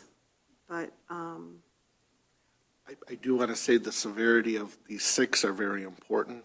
So If we needed to. I need at least these 6 for We could tonight. separate those out and then bid out the balance, but I'm just wondering what our So policy if is you're going to not be going comfortable with forward. the 50,000. we I'd could like to approve that. I just want to make sure that every time we have to spend money, we don't end up in a situation where we're going out for 3 bids on every bill that we get in. And get a new vendor every Well, time you know we buy what, computers. From a we just- vendor we've already. We just brought it this way because we really gravely need the 6 for the 99,566, which could have been approved by the executive committee, 2 of 3 of us, but we have other ones down the road that need work, so we put it all together.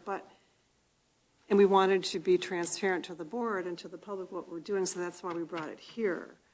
Can we go back to what Charles was saying and what Mike was saying? Because I think we're just saying 2 different things, and I Right. think it's really valid. I think what I'm hearing from Mike is, hey, you don't want to ask your parent to side on your child, right? You can't. So you have a different person come in and say, okay, this is what's going on. But Charles is saying, we've already gone through that. VC3's been chosen as our computer person. That obviously went out to bid at some point by some other board or entity or something like that, correct? They didn't just walk in one day. For IT services. So in past, has the IT service people recommended us to purchase, and has it been done in the past? So in other words, every time we're going to buy new computers, we're going to put out for bid the service provider that we use? No, because the IT company is the one that they monitor the service and they provide for us as Right, well. so if The only we don't outside- use them to buy these computers, we're going to fire them and hire a different company? I'm very comfortable with voting towards using it as the motion as you stated the motion.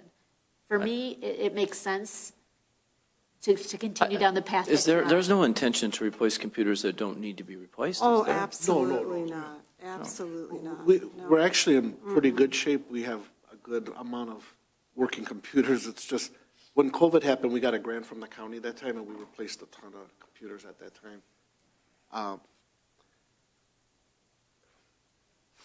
I'm in the middle here. VC3, it's kind of a hard spot, because if we do buy it from another vendor, we're going to ask them to set it up for us. So Right. I don't know if that's part of the contract that they'll. That seems set up odd, that seems odd to me. You 'cause we either have an trust IT your vendor or company. you Yes, don't I don't trust know. your vendor. And I appreciate what But he's got Treasurer to. Nicely has said. 100% I agree with what he said, and it's Right. good to make sure that we're talking about it. But at the end of the day, I'm comfortable that you trust our vendor, the vendor was vetted.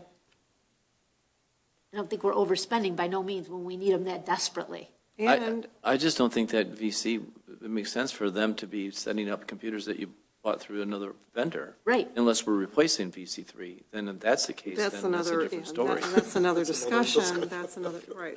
Well, To go out for bids. again, then you get into a situation though where you're looking at, anytime you're going to be spending money on one of your selected vendors for the township, are we going to, get into a situation where we're going to be bidding out everything that we send to engineering, or we're going to be bidding out everything that we get from the DPW needs, or. And quite frankly, I'm very familiar with computer prices, and what you have in here is very competitive, so I'm not really sure what the issue is. I just think, maybe a little more clarity on my end for what the policy actually states, and I can do some research into that. But overall, I think that we've got them as a vendor. We should use our selected township vendors. At the end of the day, we don't want to be a bad customer, and we don't want a bad vendor. Right. And we could be a bad customer if we decide to buy our computers all over town to save $5. At the end of the day, if we have a nice vendor in-house that's already been approved and done a great job for us, and Charles has a background in this, it says pricing to him seems legit, pricing to me seems legit, and I'm not even in that field, so I make a motion to support. The full 50. The full 50, I do. I know you're not going to overspend it. You're not going to necessarily spend the 50,000, right? That's just, that's like a maximum estimate, right? I mean, the intention was we don't come back every 5 minutes. Right. 6 more computers every meeting. We just thought. And like we say, we didn't have to come. It's 9,600. We did not have to come to the board. And We chose to. who's making the decision on whether a computer needs to be replaced or not replaced? Is it VC3, or is there somebody here that's overseeing that? You guys look at age and. Yeah, there's a lot of parameters. It's not just, we're not just giving everyone a computer. Trust me, all right. not at all. I was without a. Yeah, I'll take 2 or 3 notes. One question on that, what time frame does this 50,200 cover? A year. Is this Well, this one fiscal year. This fiscal year? Yeah, this fiscal year. Okay, I mean, you could make that part of the motion. probably wouldn't be a bad idea. Do what? Make that part of the motion. Michelle wants to amend her motion to say for this fiscal Okay, year. Michelle. No, I'm going to, for me, approve the request to replace township computers in the amount not to exceed $50,200. This fiscal year. VC3? Well, and on the cover sheet, it doesn't say to VC3 on the cover sheet that I'm reading right here. For the fiscal year? It doesn't say that on the cover sheet. I mean, Well, I mean, it should be for the. okay. budget, but yeah. Well, Sorry. Well, it's I in the could read it budget. into the minutes No, differently. no, it's fine, yeah. Approve the request to replace township computers in the amount not to exceed $50,200 in fiscal year 2025 to 2026. Got it. For the purchase of VC3 to facilitate, is that how you'd like it to say? Well, For to VC buy the laptops through VC3. Yeah, okay, Okay, Support. okay, thank you, Comments? We got there. yeah. A long way. motion. And I do agree with It's okay, our treasurer's trying to save us money. Okay, if no other questions, roll call. Mylum, Yes, Stevenson. Yes. Brown, yes. Praviti, Yes. Nicely, No. and Chaplin, Yes. Reinhold. Yes. Okay. Okay, motion passes 6-1. Okay, next, 10.6.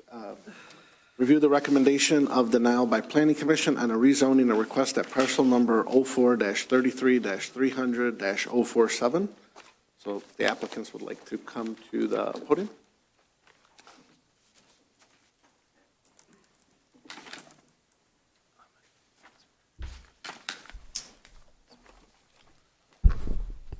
Good evening. My name is Ben Aloya. I'm legal counsel for BioCore Development LLC, who's the petitioner in this instance.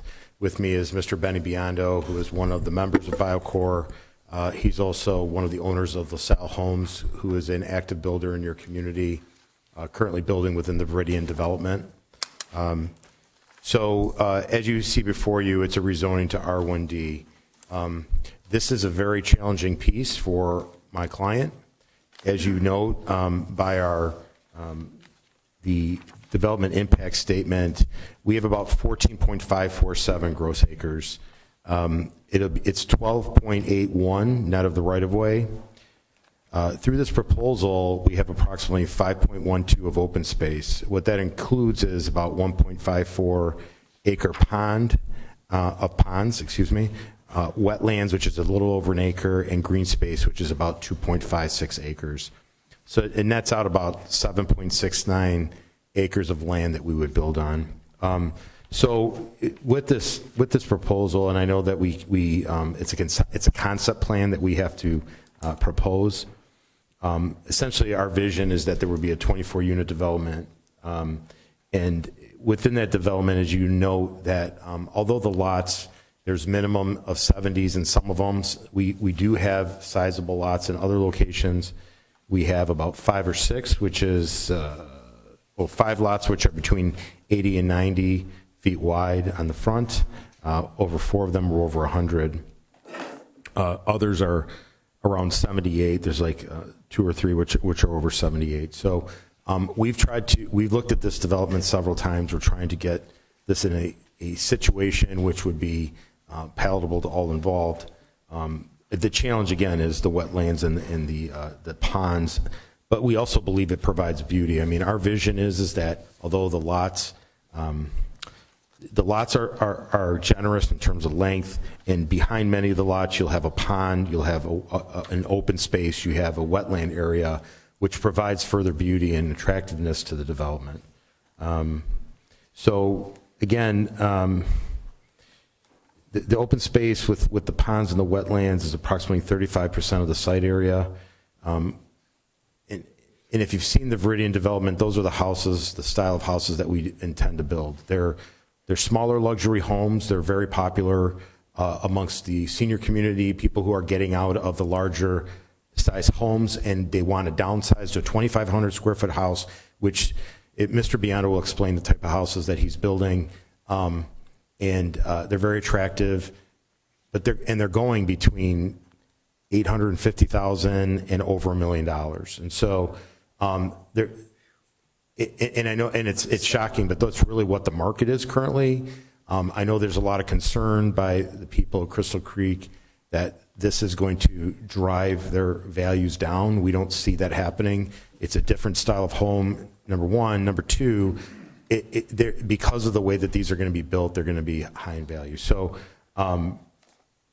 we believe we're compatible. I know the Trailside development's not a popular development. We've already gone down that road with Planning Commission, and I don't want to get booed tonight like I did there. But Trailside is much smaller. They're 66,000 square foot, or excuse me, they're 1,500 square foot like detached condos.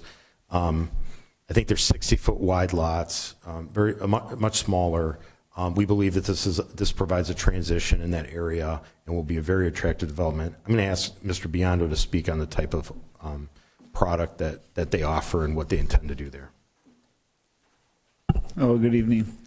Yeah, so the home that we're offering, we're attracting the clientele to build like the 2,500 square foot ranches, which we're currently building in the villas of Viridian off of 26 in Shaner, which you guys are probably aware of.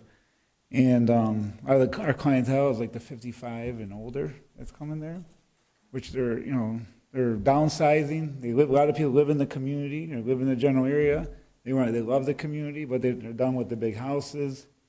And we're seeing that there's been an influx of demand of that lately. A lot of it where, they just want to stay here and still can maintain all their amenities that they currently have, but maybe on a smaller scale. So a lot of the homes that were, most of all the homes in there, like Ben said, are from like 850 to well over $1 million. So people are doing, finishing the basements. They just want, so value-wise, we're bringing, it's going to increase property values in the surrounding area. This is how we're doing in Viridian. It's supporting, the community and everybody's homes in that area that built 10 years ago, 20 years ago. We're just, building a nice luxury product for the community. So I just, and I understand this is a straight rezoning. One of the challenges, this might be appropriate more for PUD if your PUD ordinance allowed developments less than 40 acres, but we're limited because it's less than 40 acres. So that was something that was suggested at the Planning Commission, but I don't think anybody really had their eye on the fact that your ordinance only allows a PUD in a 40-acre development, which this type of development would be eligible for that if it wasn't within that confines. The $1 million question, how long have you owned this land? For like 3 years. And during that 3 years, have we changed our density laws in that zone, in that area? So you're asking us to grant you something that when you bought it, you knew what was expected. For me, that's very black and white. John, you're the PC rep. you know, You want to and- give us insight into the PC world? I can, but first I'm going to ask Attorney Siebert if he'll do us one favor and refocus the discussion into exactly what we're deciding tonight with this request. All right, well, as you know, the Planning Commission makes recommendations on rezonings. The Township Board has the final decision as a legislative body. And the decision is whether or not to approve the rezoning or deny the rezoning. You can't just say, motion to deny, period. You have to go through factors, and you have to, for the record, you have to articulate the reasons for your decision. You know, there's a whole host of reasons. If you look at the Spalding D. Decker review letter, you know, every planning consultant has a different list. You know, there's 8 or 9. But in general, you look at whether or not it's consistent with the master plan. You're looking at whether or not it's compatible with surrounding land uses. You look whether or not it's going to have any adverse impact on surrounding values, whether there's going to be any adverse traffic issues, whether or not there was a traffic study done. I mean, those are the 4 or 5 major concerns. Can it be developed as currently zoned? Those sorts of things. So you want to analyze those when you go through and make a determination. You know, this was not a conditional rezoning. Sometimes a developer will come in and say, look, if you rezone it, we will commit to do the following. The commission and the board can't twist their arm to do that. That has to be come through the developer, and they have to volunteer it. So, you know, the developer could come in and say, if you rezone this property, even though we could do everything that's permitted in the zoning district, we're willing to limit it to the following, and that would be, you have to do a conditional rezoning agreement. That's not one of those. This is just a straight up or down rezoning. So it's up to you to look at the factors that the planning consultant laid out in their review and determine whether or not the applicant has satisfied the factors or not. Great, thank you. Yeah, so when this came through the PC, we looked at it, and all of the things that Attorney Siebert just listed were the criteria that we're looking at. Is there a hardship here? The owners were aware of the condition of the property when they bought it, the geographic nature of it, the zoning at the time. Speaking to the zoning changes you were asking about, it's currently zoned for the R1B. Our master plan actually anticipates larger lots in this area because the zoning is in the future land use map, we're looking at a combined R1A and R1B zoning for that area, which is a 20 to 30,000 square foot lot. Under an R1D, you're looking at a 10,000 square foot lot. So a significant decrease in the size of the lot when we're looking to build to a larger standard in our master plan. You know, again, the conditions were known, and there's nothing that's stopping the owner, you know, other than their financial interest from developing the property as it sits. There's lots that can be platted out there, and houses can be built. Some of the other things that we had found is that, you know, it's inconsistent then if we were to rezone it with the surrounding zoning districts. We've got R1B across the street. We've got R1B to the north. There's R1B residential properties to the south of it. The only thing that's different in the area is there's a more dense development there right behind the cemeteries that was a consent judgment. So that wasn't a zoning decision by the township. That was done by a judge. Thank you, John, for adding that. So you look at it, and on, you know, those are the reasons, you know, among others, that the PC recommended denial, because it just doesn't seem to meet the standard for rezoning that you would expect a lot to meet. Let me just weigh in on one of the issues that John raised that I don't want you to use as a criteria. Okay. Although it seems intuitive that the fact that a developer would buy property knowing it was zoned in one fashion, it is not a legitimate concern to turn down a rezoning request because the developer knew when they bought it what it was. That issue was decided by the U.S. Supreme Court about 20 years ago, and I know it because I wrote an article on it, and I forget the case and I forget the year. But the article was brilliant, I think, at the time. But they specifically addressed that, and they said you can't say to somebody, you buy a piece of property, and just because you bought it that way, you're stuck with it. And if you think about it, that really does make sense, that if there's something wrong with that property and it really needs to be rezoned and they can meet the criteria, that they ought to be able to come before the board and make a pitch for it. So everything that John raised is legit.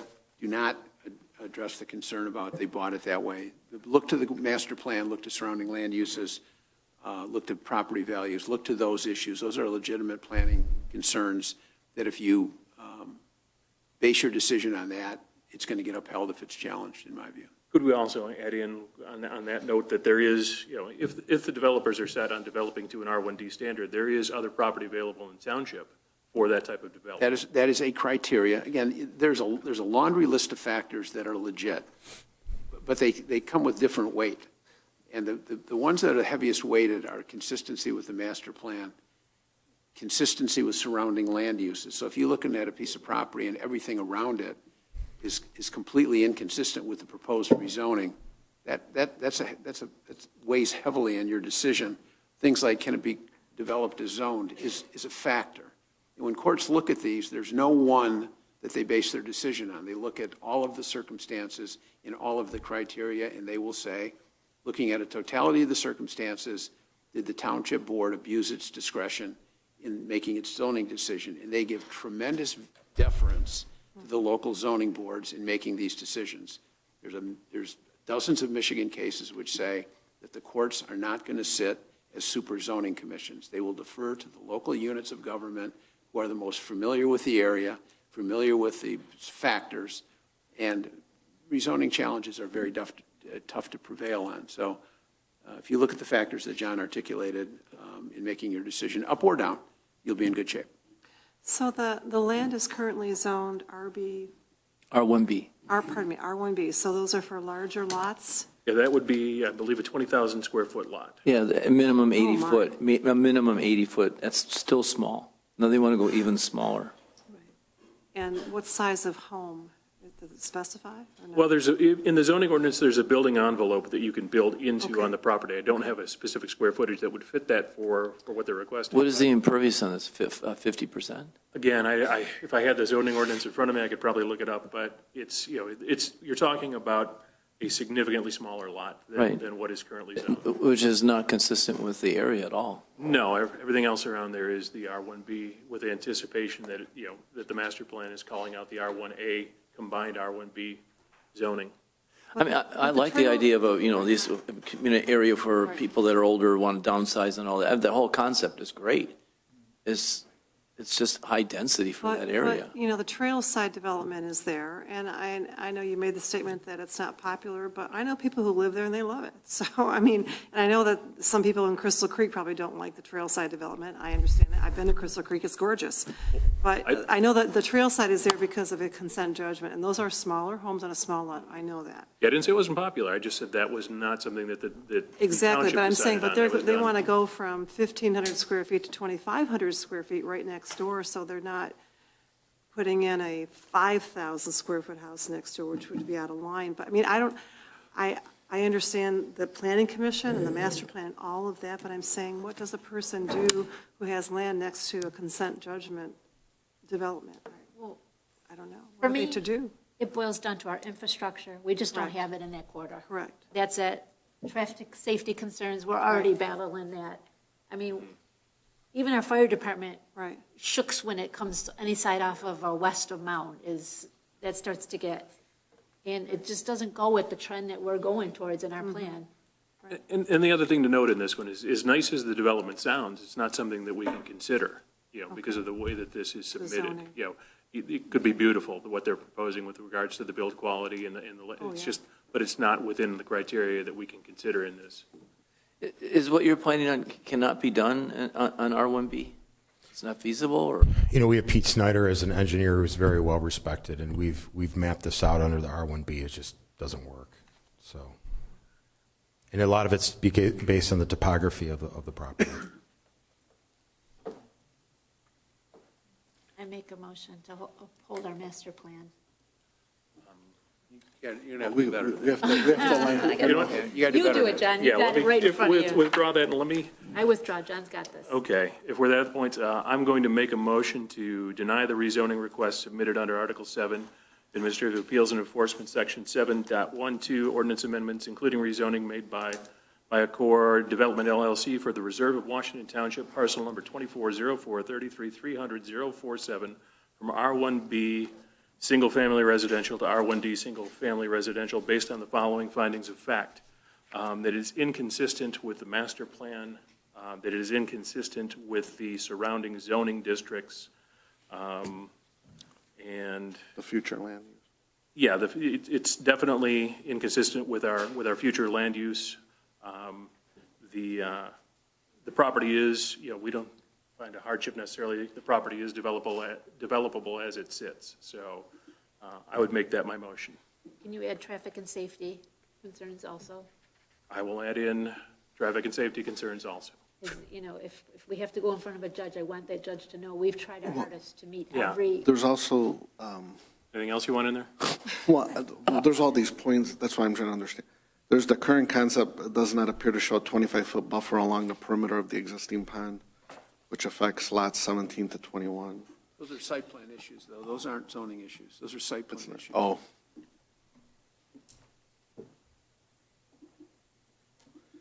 This would result in a spot zoning. This is not spot zoning. So the trail side development was in place when you purchased the land, right? Yes. Okay. So you do. I'll Okay. support John. I'm sorry. Support John. Mr. Support? Chapman's. Okay, I'm good with John. okay. Roll call. Okay, so we have a motion by Chaplin, supported by Nicely. No other questions? Roll call. Chaplin, Yes to deny. Nicely, Yes to deny. Praviti, Yes to deny. Brown, yes to deny. Stevenson, Yes to deny. Reinhold, Yes to deny. Mylum. Yes to deny. Thank you for your time. Have a good evening. Thank Evening. you very much. Okay, next is comments from the audience on anything for 3 minutes minimum. Please come to the podium, state your name and address. Going once, going twice. Is Tom still here? Oh, dear. He just pops in. I'm going to get you. You think? Exactly.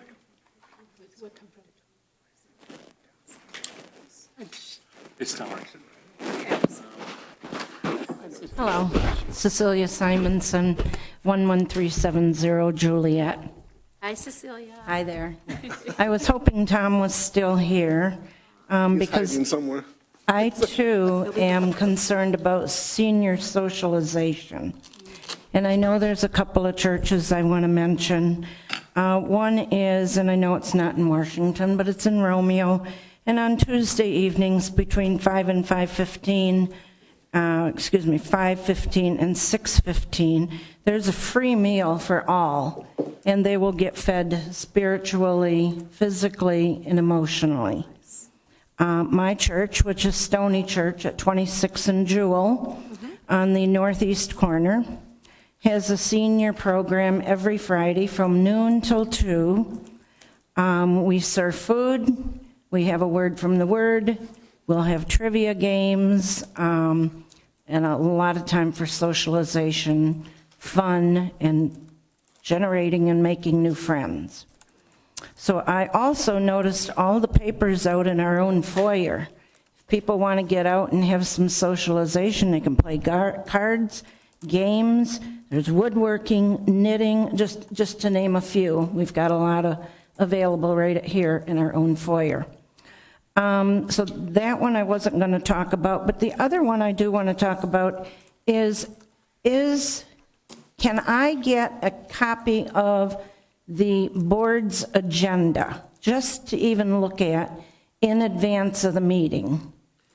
Yeah, the agenda is on the what? I couldn't print it, and Michelle helped me before It's on the township get the website. agenda, but I just couldn't print it. I know it's a lot of pages. No, here's what we're going to do. Yes. We're going to set you up again, and also, when they send it to me, I'm going to email it to you. So you're going to get it every time. I'm going to be your secretary. Yeah, we got this. Thank you very much. My pleasure. You don't get paid anymore for that. You know I what? appreciate that. I'm just going to put you on my list. Okay. Thanks, Michelle, You I got appreciate it, and thank you, board members. Thank you for coming. Thank you. Honestly, thank you for coming. Good, thanks. Cecilia, will you send me, just PM me your email address, because I don't think I know that. Thank you. Session. Elected officials updates and community announcements. So Memorial Day, we'll be celebrating May 23rd at the Washington Township Memorial, hopefully no rain that day, at 11 a.m. And then followed, we'll be back here at Township Hall. We'll have hot dogs and chips, and the public's welcome, but please come to the memorial service first. Don't just come here for hot dogs. Oh, come on. Sorry, I had to say it. Why do you have to? Audrey, will you be singing? Well, of course. Awesome, yeah. I think Audrey has to sing for her lunch around here. I had to get a hot dog, yes. Okay. Yes. And then, I can't believe it's May already, but yeah, then we're closed May 26th for the actual Memorial Day observance. And then Super Sunday's June 1st. We're really trying to bring it back to the way it used to be a long time ago, pre-COVID. So the Historical Society's got close to 50 crafters that day and music, so there'll be a lot of activity going on there as well. You can tour the museum while you're there if you'd like to. The Octagon House will be having the plant sale, tours of the Octagon House, and I believe something in the barn as well that they have back there. I don't know if it's a book sale or barn sale. And then here at the Township Hall, we're having the Summer Fun Day, which Clara just left. So up front, we're going to have a food truck, the famous food truck, which is a Washington Township resident, ash kicking, and along with band, face painting, all sorts of activities that Parks and Rec is setting up front. So we're kind of trying to make the mile-long Super Sunday to bring it back to the way it used to be. That's all for now. Mike? I got a couple. Last week, we just celebrate National Firefighters Week and Day, so thank you so much for the firefighters. Yesterday was National Nurses Day, and more closely to my heart is next week is National Police Officers Week. Please keep in mind the Reckling family. They are a Romeo graduate of 2015. He was shot last June. His name, Officer Brad Reckling's name will be etched on the wall next week. A friend of ours, and please continue to pray. And there are 4 young kids, and everybody else that does this on the first line. So the officers, the nurses, and for the Reckling family. Tomorrow, the Macomb County Sheriff's Office is having an Honor Guard 21st anniversary fundraising dinner. It's Thursday, May the 8th at Penna's in Sterling Heights. Tickets are $15. Children and seniors are $10. And it's pasta, dinner, and raffles for there. So if you get a chance to support them, this is how they're going to get to Washington, D.C. for Mr. Reckling's memorial, and they can use all the support they can get. And then finally, I just want to wish all the moms out there happy Mother's Day. You guys do a great job, even though sometimes kids give everybody a hard time. We all love our moms very dearly. So whether they're with us or in another place, happy Mother's Day to all the moms. Thank you. I wanted to announce that we're having, the clerk's office is sponsoring this Saturday, the 10th, from 9 to 12, the paper shredding and electronics recycling day from 9 to 12 at the Township Hall. On August 9th, we're having our household hazardous waste recycling day, also 9 to 12 on a Saturday, just so you know. And a little caveat here, regarding Priority Waste, our waste hauler, and we worked with them on invoice issues, and we renewed their contract. But just for the residents who may have been incorrectly billed, we feel your pain, because recently the township got an invoice for $361,000 for our dumpster at the wastewater treatment plant. Okay, and it's a mistake. And no, we did not pay the bill. We did not pay it. We did not pay it. But I'm just saying, I know they're correcting their billing issues, but it's a little comical that it came through to the township, and it was a mistake, and I'm sure they corrected it. We did not pay it, just be alerted. So for anyone who's been accidentally overbilled, we feel your pain, but I'm sure they're working on it. Thank you. I forgot to mention this, so Michelle Milam reminded me. At the Historical Museum, we have... I was the one mentioning it. Oh, you want to mention it? You can mention it. I'm just kidding. Sam, would you please read it, but I gave it to you to put on our township website? Yeah. I've been sharing it all over social media, but so there's a young guy, Samuel Van Dale. his mom reached out to me. He needs to do his Eagle Scout project. I suggested the Historical Museum because it always needs help there. So he's actually picked up the project of doing all the landscaping there. And so he's taking anything, donations, he'll come and collect your bottle cans or anything. So with Anything, basically, you know, yeah. he to help wants- raise the funds, basically. Right, he wants you to put your returnable bottles on your porch, a garbage bag. Go take them, turn them in, and use the money to buy supplies for doing the landscaping in front of the museum. I mean, how great is that? That's awesome. Yes. So I'll share it on our township website if anyone's got any information, or you can contact the Historical Society as well. So- Okay, sorry. Any correspondence? None. So I'd like to make a motion now to go into closed session to discuss contract negotiations for Second. the closed meeting agreement. Seconded by Clerk Brown. Roll call? Previti. Yes. Brown, yes. Nicely. Yes. Chaplin. Yes. Mylum. Yes. Reinhold. Yes. Stevenson. Yes. Okay, motion passed. Thank you. We'll be back in a few minutes.